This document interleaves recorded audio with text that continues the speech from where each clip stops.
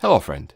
If your JBL speaker turns off at higher volumes or is not as loud as it used to be, then it's a sign that the battery is old or defective and needs to be replaced.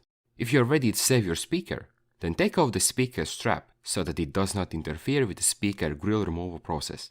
To remove the JBL Xtreme speaker grill itself, you need to get 2 screwdrivers from your grandfather's manicure bag, a flat one and a Phillips head screwdriver. Then find where is the front of the speaker. Logo should be there. You need to know this because with a flat screwdriver you'll have to gently pry open the opposite side, or the back side.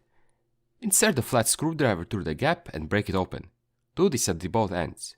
This is necessary to get to the hidden screws. There is 1 screw at each end. Take a Phillips screwdriver and screw them open.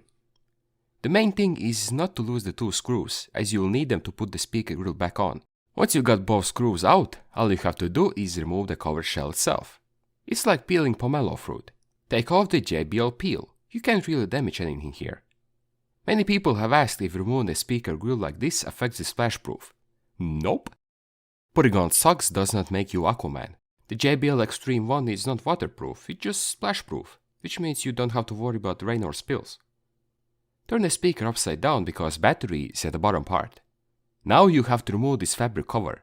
It's being held by 3 screws. Screw them loose and put them aside so that they don't disappear. Then you need to loosen this cover with a flat screwdriver. The back of it is held in place by plastic caps. Be careful and don't break them.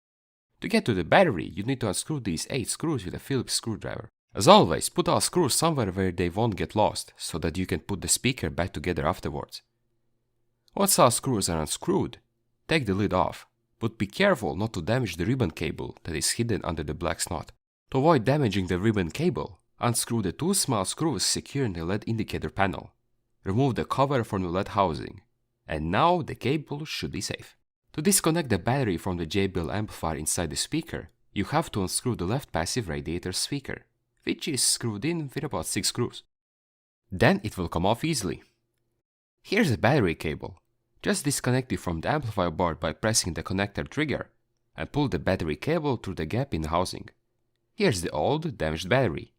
It's bloated, and such battery is dangerous because it can catch on fire. And here's the original JBL Xtreme 1 battery and its specs. 7.4 volts, 5000 mAh, 37 Wh, and lithium polymer type. A new battery replacement can be bought from Amazon or Aliexpress. Links will be in the description. Connect the new battery the same way you disconnected the old one, and put everything back together like you disassembled it, just in reverse. In this way you can get your JBL Party boombox back without spending $200 buying a new one. Don't forget to make it rain on like and subscribe buttons by using the money you saved. If you have any difficulties, feel free to email us or leave a comment. We will try to help you. Good luck and see ya!